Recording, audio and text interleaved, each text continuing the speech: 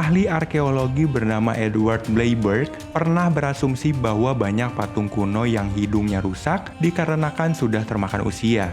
Bayangkan saja, Sphinx yang merupakan patung monumental tertua di Mesir yang juga kehilangan hidungnya dibuat oleh orang Mesir kuno dari kerajaan lama pada masa pemerintahan Khafre, sekitar 2558 hingga 2532 sebelum Masehi. Jadi wajar saja untuk rentang waktu setua itu, pelapukan akan terjadi dan akhirnya lepas. Apalagi, hidung adalah salah satu bagian yang menggantung dan menonjol sehingga sangat rawan.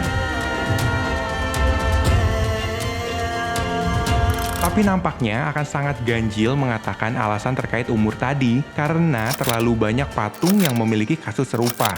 Jika kerusakan hanya terjadi pada 1 atau 2 patung, kita bisa berasumsi bahwa itu karena usia. Tapi jika kerusakan meliputi begitu banyak patung, mungkin peneliti harus menemukan alasan lain. Menurut penelitian Edward yang dipublikasikan di situs rc.net, jawabannya terletak pada fakta bahwa patung-patung ini sengaja dirusak dalam tindakan ikonoklasme yang terorganisir. The sad fact is that iconoclasm, the purposeful destruction of works of art of all types, is in the news all the time these days, whether it's the Bamiyan Buddhas, whether it's what happened in Syria most recently. Ikonoklasme sendiri adalah sebuah gerakan memusnahkan atau menghancurkan patung atau gambar-gambar seni religius yang dihormati. Bukan hanya patung yang menunjukkan kerusakan terutama pada hidung. Beberapa karya seni 2 dimensi juga menunjukkan hal yang sama.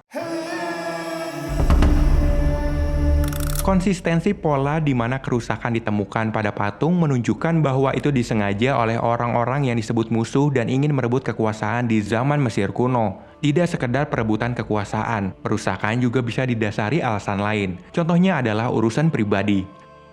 Salah satu tokoh Mesir kuno yang merusak patung adalah Akhenaten yang berkuasa dari 1353 hingga 1336 sebelum Masehi. Akhenaten menghancurkan patung monumen dewa Amun dalam upayanya untuk membuat ulang agama Mesir.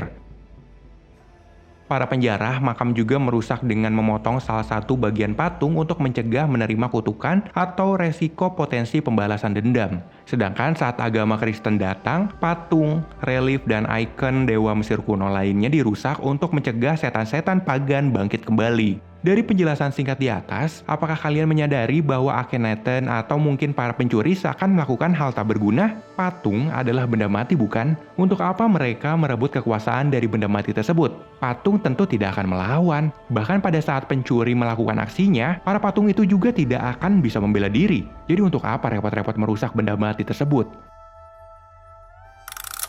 Untuk menjawab beberapa pertanyaan itu, tentu saja kita harus kembali ke kepercayaan orang-orang Mesir kuno. Jadi, orang Mesir kuno sesungguhnya berasal dari bangsa Afrika yang menciptakan peradaban di sekitar lembah Nil. Orang-orang itu memiliki kepercayaan bahwa gambar dan objek yang mewakili bentuk manusia yang dibuat dari batu, logam, kayu, tanah liat atau bahkan lilin berfungsi untuk menampung kekuatan supernatural. Patung juga dipercaya merupakan tempat di mana manusia bisa bersentuhan langsung dengan dewa atau manusia yang sudah meninggal. Meskipun bangsa Mesir kuno tidak benar-benar berpikir bahwa patung dapat bangkit dan bergerak, namun mereka percaya bahwa patung tersebut memiliki kekuatan roh yang dapat menghidupkan jiwa tersembunyi di dalam patung. Atas alasan kekuatan itulah, banyak orang pada masa itu khawatir patung akan mampu melakukan sesuatu pada mereka. Nah, kekuatan itu dapat dimatikan melalui perusakan yang disengaja penonton. Bagian tubuh yang rusak akan mengganggu atau bahkan memusnahkan kekuatan patung. Satu-satunya cara memusnahkan kekuatan mistis dari patung-patung itu adalah dengan menjadikannya tak bisa bernafas melalui kerusakan disengaja pada hidung. Orang-orang yang membongkar, merampok kuil, serta makam juga kemungkinan besar percaya bahwa patung memiliki kekuatan magis yang dapat membahayakan mereka suatu saat nanti. Tak hanya hidung, bahkan banyak musuh dan pencuri yang juga menghancurkan patung Mesir kuno di bagian wajah, lengan hingga kaki. Bagian tubuh yang rusak tidak akan lagi dapat melakukan tugasnya dengan baik.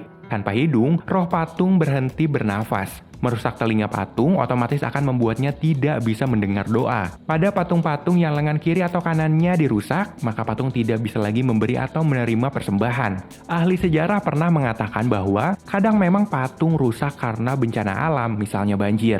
Namun, kerusakan umum di bagian hidung disebabkan oleh kepercayaan kuno tersebut.